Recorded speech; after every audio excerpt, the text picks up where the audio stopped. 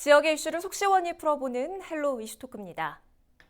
오는 7월이면 민선 7기 후반기로 접어듭니다. 반환점을 이제 돌았다고 할 수 있는데요. 코로나19 확산으로 비상 상황이 계속되고 있지만 후반기 주요 사업들도 챙겨야겠지요. 헬로 이슈토크에서는 후반기 각 지자체장들의 정책 방향 들어보겠습니다. 후반기를 맞이한 이제 반환점을 돌았는데요. 이 시간에는 차준책 부평구청장과 함께 하겠습니다. 구청장님 안녕하세요. 네, 안녕하세요. 반갑습니다. 자, 벌써 민선 7기의 절반이 지났습니다. 누구보다 숨가쁘게 보내셨을 텐데 먼저 소감 한 말씀 해주시지요. 네, 일단은 시간이 참 빠르다는 거를 느꼈고요. 그리고 네. 이 자리가 막중한 책임감을 갖는 자리다라는 생각 들었고, 하지만 그 과정에서 아낌없는 성원해 주신 우리 부평의 구민 여러분들, 그리고 늘 우리 구청 직원들이 이제 주민들을 위해서 애쓰고 있는데 그런 부분에 대해서 감사한 마음을 느끼고 있고요. 지금 말씀하신 것처럼 코로나19로 인해서 많은 일상이 바뀌었습니다. 그 과정에서 노고가 많은 직원분들 또 방역이나 이런 데 자발적으로 함께 동참해 주신 주민 여러분들께 감사한 마음을 많이 느꼈습니다. 앞으로 하반기, 후반기 2년도 더욱더 막중한 책임감으로 우리 구정을 적극적으로 이끌겠다는 말씀 드리겠습니다. 네, 전반기 2년을 돌아보면서 좀 가장 보람을 느꼈던 일이 있다면 어떤 게 있을까요? 네, 작년에도 뭐 여러 가지 좋은 소식들이 있었습니다. 예비 문화도시 선정도 되고 GTX 이제 예비 비노선 예비 타당성 조사도 통과됐고 또 상곡동의 삼보급단 이전 부평 미군기지 반환 등이 있었는데 제가 중점적으로 했던 두 가지는 첫 번째는 이제 부평 전역의 균형 발전을 위해서 남북권역의 노인문화센터와 체육센터를 건립해서 균형 발전을 이루려고 애썼다라는 것 하나하고 그리고 이제 부평이 건물들이 많고 하다 보니까 도심 속에서 좀 자연을 느낄 수 있는 녹지 공간 조성을 위해서 애썼습니다. 미세먼지 차단 숲 조성이라든가 명성숲 두 개 고등학교에 조성을 했고 또 이제 부평 둘레길도 조성을 했고 굴포천 복원 사업하고 아울러서 이제 희망공원이라든가 십정 녹지 이곳에 그 장기 미집행 공원도 지금 조성하고 있고 생태 놀이터도 지금 조성된 것도 있고 올해도 지금 추진 중인 게 있습니다. 네. 네. 자, 아무래도 이 코로나 전국 빼놓을 수가 없을 텐데요. 지자체마다 지금 방역에 혼신을 다하고 있지만 워낙 전파력이 강해서 확산 차단이 쉽지가 않습니다. 지자체장으로서 책임감이 막중하시지요. 네, 참 어려운 자리고 어려운 시기입니다. 근데 우리 일선에서 지금 보건소 같은 경우는 설 연휴 전 1월 말부터 지금 24시간 비상근무 체제에 돌입했고 부평에서 첫 확진 환자가 나온 2월 22일 이후에는 구본청에 이제 안전총괄과를 중심으로 구청 직원들도 휴일 없이 그리고 밤낮 없이 지금 방역을 위해서 확산 방지를 위해서 애쓰고 있습니다. 네. 일단 확진 환자가 나오면 보건소에서 역학조사를 통해서 접촉자 파악하고 또 이동 동선에 대한 방역도 하고 이러한 관리들을 하고 있고 또 이제 접촉자로 분리된 분들은 음성이 나와도 2주 동안 자가격리해서 공무원들이 모니터도 하고 그분들이 이제 식사라든가 이런 거 드실 생필품 같은 것도 또 전달을 해드리고 이런 일들 하고 있습니다. 네. 또한 이제 방역에 취약한 고위험 시설 같은 경우 뭐 유흥 시설이라든가 노래방, PC방 이런 데들은 공무원들이 매일 이제 돌아가면서 현장 점검을 해서 방역 수칙을 철저히 지킬 수 있게 그래서 국민을 보다 안전한 여건에서 생활하실 수 있게 그렇게 노력하고 있습니다. 현장 점검 이야기를 해주셨는데 네. 코로나19와 관련해서는 지금 소규모 지역 감염 우려가 큰 만큼 무엇보다도 선제적인 대응이 중요하지 않겠습니까? 소규모 종교시설이나 PC방 등의 방역 사각지대가 생기기 쉬운데 이런 부분 어떻게 체크를 하고 계신 건가요? 네, 처음보다는 지금 시설 종류도 많아졌고 저희들이 이제 놓쳤던 부분에 대해서도 점검을 하고 있어서 말씀하신 소규모 종교시설 같은 데는 이제 저희 직원들이 나가서 그 현장 여건을 보고 이제 거리두기라든가 방역 수칙 준수하는 거를 주말에 이제 모니터를 하고 지도 점검하고 있습니다. 네. 그리고 노래방이라든가 유흥시설도 저희들이 나가서 사회적 거리두기 이제 그런 부분들 방역 수칙을 철저히 지키는 거를 지도 점검하고 있습니다. 네, 전반기의 경우에는 유치원 무상급식, 또 치매 전담 부서를 마련하고 또 연말에 문화 예비 도시로 지정되는 등의 성과가 굉장히 많았습니다.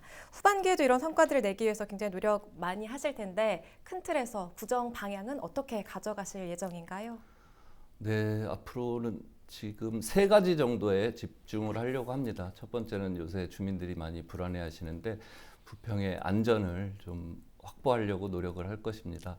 저희들이 이제 작년에 안전교통국을 신설하고 또 보건소에 치매정신건강과를 해서 방역 부분하고 이제 치매 정신건강 부분을 좀 분리해서 좀 확대했다라는 말씀드리고요. 네. 앞으로도 이런 보건소의 기능이라든가 인력, 장비 이런 것들을 더 보완해서 저희가 감염병 대응 역량을 앞으로 더 강화시킬 거고요. 그리고 또 두 번째로는 이제 부평의 경제, 지금 많이 코로나19 때문에도 그렇지만 침체된 경제를 좀 살리기 위해서 일자리 창출을 할 거고, 또 이제 비정규직이나 임시 근로자 등의 그 노동 취약계층에 대한 일자리를 저희들이 사회안전망 확충을 통해서 더욱더 확보하고, 영세 상인이라든가 중소기업 이런 부분에 대한 지원을 더욱더 넓혀서 지역 경제를 좀 활성화시키려고 할 겁니다. 그리고 세 번째로는 이제 우리가 진행하는 11번가 사업이나 굴포천 생태하천 복원 이런 것들을 통해서 우리가 도심 속의 공간을 재창조하고 또 캠프마켓 반환되는 곳에 우리의 역사와 문화를 담아서 저희들이 부평에서 주민들이 더욱더 의미 있는 살아있는 역사적인 문화적인 공간으로 좀 재창조하려고 하고 있습니다. 하반기 구정 방향에 대해서 설명을 해주셨고요. 자, 이번에는 지역의 현안들, 아마 국민들이 가장 궁금해하실 부분들을 좀 짚어보려고 합니다. 아무래도 가장 큰 이슈라고 한다면 지난 연말에 발표된 미군 부대 즉시 반환이겠지요. 이제 부평 11번가 도시재생 사업도 속도를 내게 됐는데 사업 진행 상황 어떻습니까? 네, 지금 코로나19 상황에서도 이렇게 대규모 사업은 진행이 돼야 되기 때문에 이 11번가 사업 중에 이제 가장 핵심 앵커 시설인 혁신센터 조성 사업이 있습니다. 그게 미군 기지 오수 정화조 부지에 이제 700억 정도 예산이 투입돼서 그 안에 이제 행복주택, 공영주차장, 푸드 플랫폼 같은 시설들이 들어가게 될 텐데요. 네. 오수 정화조 부지는 작년 12월 말에 매입을 완료했습니다. 국방부로부터. 그리고 이제 주변 부지 주변에 그 사업 부지에 포함되는 부분이 있어서 그 부분은 저희가 지금 부지 확보하고 있는데 63%까지 지금 확보가 됐습니다. 그래서 조만간 착공을 해서 이 사업이 22년까지 완료되도록 할 거고요. 그리고 이제 갈산동에 있는 굴포 먹거리 타운에는 우리 부평에서 최초로 이제 로봇 주차 시스템을 도입할 겁니다. 그래서 네. 로봇으로 하게 되면 아무래도 예산은 조금 더 들어가지만 주차 면수는 더욱더 확보가 많이 됩니다. 그래서 총 60면 정도 확보를 할 예정이고 8월 중에 이제 좀 공사가 시작될 것 같고요. 네. 그리고 굴포 보행 인프라 환경 개선을 위해서 지금 5개 사업이 있는데 그거는 이제 실시 설계 용역을 지금 발주했습니다. 네. 그렇군요. 그리고 캠프마켓은 이 조병창 그리고 또 최근에는 땅굴이 발견되면서 조사를 벌이기도 했는데요. 부평에 이렇게 근현대 문화유산이 많다 보니까 이걸 관광화하자 이런 이야기가 꾸준히 나오고 있습니다. 관련해서 어떤 정책을 계획하고 계신가요? 네, 말씀하신 것처럼 우리 부평에는 미쓰비시 줄사택이라든가 뭐 조병창, 지하호, 토굴 이런 일제강점기 시대부터 뭐 미군 주둔 시기까지 우리의 근현대 역사성을 가지는 자산들이 많이 있습니다. 그래서 그러한 부분들을 관광 자원화하자라는 얘기 저도 많이 들었고 실질적으로 구에서도 그런 방향으로 가닥을 잡고 있는데, 그러려면 지금 미군 기지 반환되는 곳에 우리가 평화박물관, 그 역사성을 담는 평화박물관이라든가 이제 대중음악의 진원지라고 이제 얘기되는 부평 미군기지 그 인근의 이제 클럽들 이런 것들 대중음악이 시작된 곳이라고 보기 때문에 대중음악 자료원 그리고 음악 창작소 이런 시설들을 같이 접목해서 이게 역사성과 문화를 한데 어우러지게 해서 이곳을 관광 자원화 이렇게 하려고 저희들은 지금 노력하고 있습니다. 네. 평화박물관 그리고 대중음악 진원지이기 때문에 자료원 같은 걸 설립할 계획을 말씀을 해주셨는데 지난해 말에 이 부평이 문화 예비 도시로 지정이 됐지요. 말씀하신 것처럼 음악 도시로서의 가능성도 충분히 제시가 됐는데 관련해서 후반기 계획을 좀 알려주세요. 네, 올해 예비 문화도시로 이제 올해 사업을 하고 올해 9월에 이제 현장 점검을 나오고 문체부에서 그리고 12월에는 이제 심의를 해서 내년도 본사업 문화도시로 법정 문화도시로 지정되는 도시를 선정을 합니다. 네. 그래서 저희들 연초부터 준비를 많이 하고 있고요.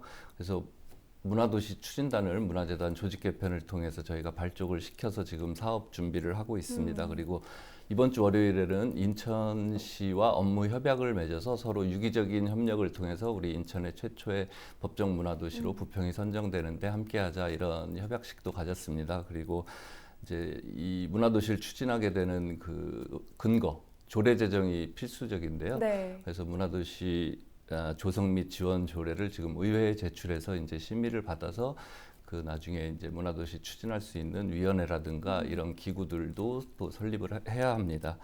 그리고 저희들이 지금 올해 이제 예비 사업을 진행하고 있는데 이 사업들을 착실히 추진해야 이제 연말에 평가받을 때 잘 네. 받을 수 있는데요. 지금 코로나19 때문에 이제 전체 다 원활하게 진행되진 않지만 이건 뭐 부평만의 문제는 아니고 다른 그렇죠. 도시들도 그럴 텐데요. 저희들이 준비한 거 그리고 온라인 유튜브를 통해서도 대체하는 거 해서 예비 사업 철저히 지금 준비를 하고 시행하고 있다라는 말씀드리고요. 그래서 문화도시 선정을 위해서 저희는 최선을 다할 건데 선정된다라면 우리 구민들 입장에서는 문화를 향유할 수 있는 기회라든가 공간이 더 많아질 거고 또 지역 문화예술인들한테는 이런 데 함께 참여함으로써 간접적인 지원 혹은 또 직접적인 지원할 수 있는 분야가 더 많아질 거라고 봅니다. 그래서 문화도시로 자리매김하는데 부평이 이제 자리매김할 수 있다라고 그렇게 생각을 합니다. 네, 이렇게 차분히 단계를 밟아 나가서 2021년에는 문화도시 부평을 좀 기대해 보겠습니다. 현재 이 부평 미군 부대의 경우는요, 정화 작업 중에 있지요. 이게 시민들에게 개방할 수 있도록 하겠다고 말씀을 하셨는데 언제쯤이면 시민들한테 개방이 될까요?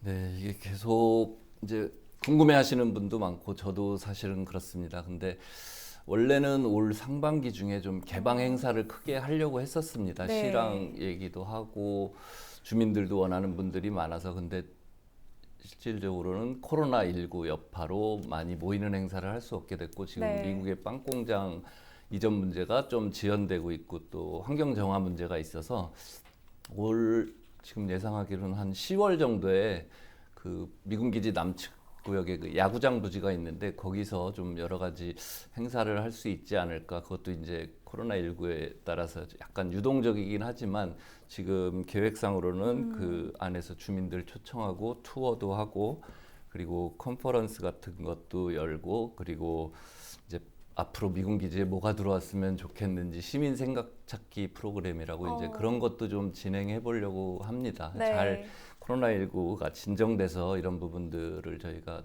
계획대로 잘 추진했으면 하는 바람이 있습니다. 네, 아무래도 코로나19로 변동이 있을 수는 있지만 올 하반기면 시민한테 선보일 수 있겠다는 계획을 말씀을 해주셨어요.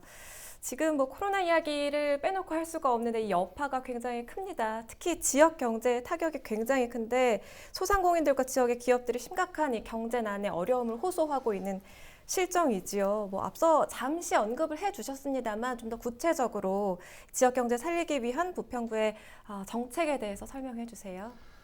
네, 일단은 소비 진작이 필요하고 그리고 영세 자영업자라든가 소상공인 그리고 노동 취약계층에 대한 배려 지원이 절실한 때라고 생각을 합니다. 네. 그래서 저희 구에서는 올 3월부터 부평 이음카드를 발급하고 캐시백 소비자 입장에서는 한 10%까지 캐시백을 받을 수 있기 때문에 도움이 되고 또 자영업자 입장에서는 이제 카드 수수료 면제라든가 매출 증대 이런 것들을 효과를 볼 수 있다라고 생각하고 저희들이 그 이제 소상공인들 또 이제 지원하는 게 있습니다. 그 지원에 이자가 발생하는데 이제 그런 이자 부분도 저희 구에서 보전을 해드리는 걸로 그렇게 지금 지원하고 있고요. 그리고 소상공인들이 그 노란우산 공제에 가입을 하면은 이게 이제 본인들이 나중에 폐업을 했을 때 이제 근로자들은 퇴직금이 있는데 이분들은 그런 게 없기 때문에 네.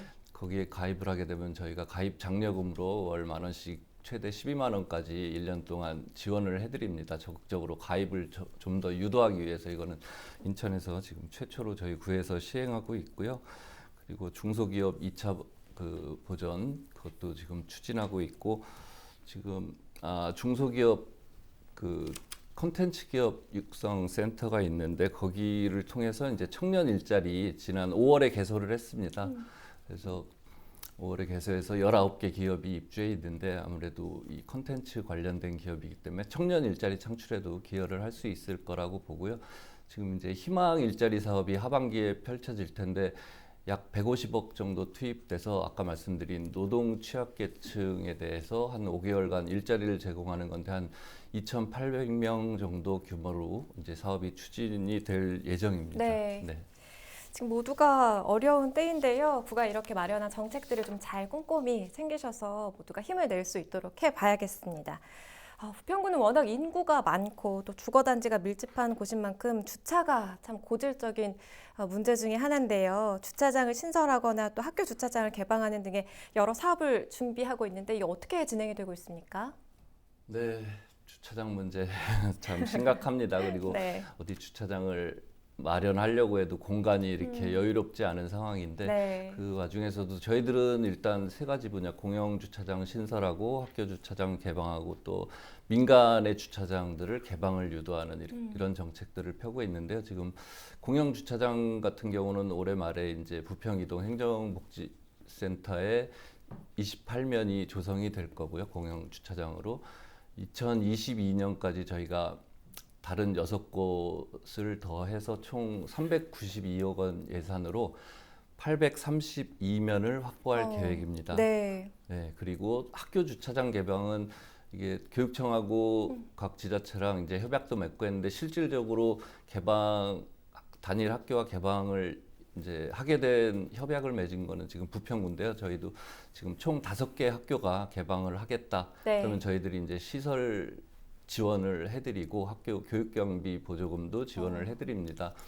근데 이것도 코로나19 때문에 학교 개학이 늦어지고 하면서 공사할 수 있는 시점도 조금 늦어졌습니다. 원래는 여름방학에 공사하고 하반기부터 이제 운영을 하려고 했는데 그래도 저희들이 하여튼 최선을 다해서 준비해서 이 5개 학교에 지금 127면 주차장을 확보했고요. 네. 그러니까 일단은 학부모나 학생들 안전이 우선이기 때문에 그런 부분들 걱정하시지 않도록 잘 운영해서 앞으로 이게 확대되도록 노력할 거고요. 민간 부분은 이제 교회라든가 상가 이런 데에서 저희들이 운영 지원금, 뭐 시설 이제 개선하는 비용 이런 것들을 지원해서 지금 현재 10군데에서 264면을 이제 개방을 해주고 있습니다. 그래서 점차 이런 부분들 확대될 수 있도록 노력하겠습니다. 네, 지금 추가적으로 주차장 확보하고 있는 부분에 대해서 설명을 해주셨고요. 이렇게 굵직굵직한 현안들을 좀 짚어봤고요. 이번에는 좀 구민들이 좀 실제적으로 생활 속에서 체감할 수 있는 부분을 여쭈어보려고 합니다. 생활 밀착형 사업, 하반기에는 뭐 어떤 것들이 좀 있을까요? 네, 생활 밀착형 사업으로 저희들이 최근에 이제 청년들을 위한 유휴기지를 개소했다가 코로나19로 임시 닫았다가 뭐 이러고 있는데요. 이제 코로나19에도 활용할 수 있는 거를 했는데 VR을 통해서 가상현실을 통해서 이제 취업 준비하는 청년들이 실제 면접 상황을 체험할 수 있는 거를 저희가 도입했습니다. 그래서 취업 준비하는 그런 분들께는 좋은 기회를 제공할 수 있게 되지 않을까라는 기대를 해봅니다. 네.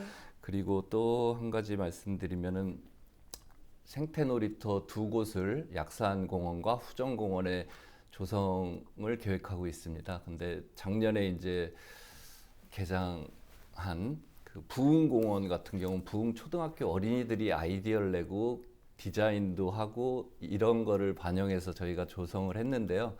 인근 주민들이나 그 학생들이 전에 비해서 한 4배 많은 인원들이 그 공원에서 이용하고 또 즐겁게 시간을 보내고 있습니다. 그래서 지역 주민과 학생들의 의견을 수렴해서 저희들이 놀이터를 조성하겠습니다. 네, 향후 2년 후반기에도 여러 가지 계획을 갖고 있는데요. 이제 민선 7기 후반기로 접어들게 됩니다. 오늘 이 시간에는 차준택 부평구청장과 이야기 나눠봤습니다. 헬로 이슈토크 모두 마칩니다. 시청해주신 여러분 고맙습니다.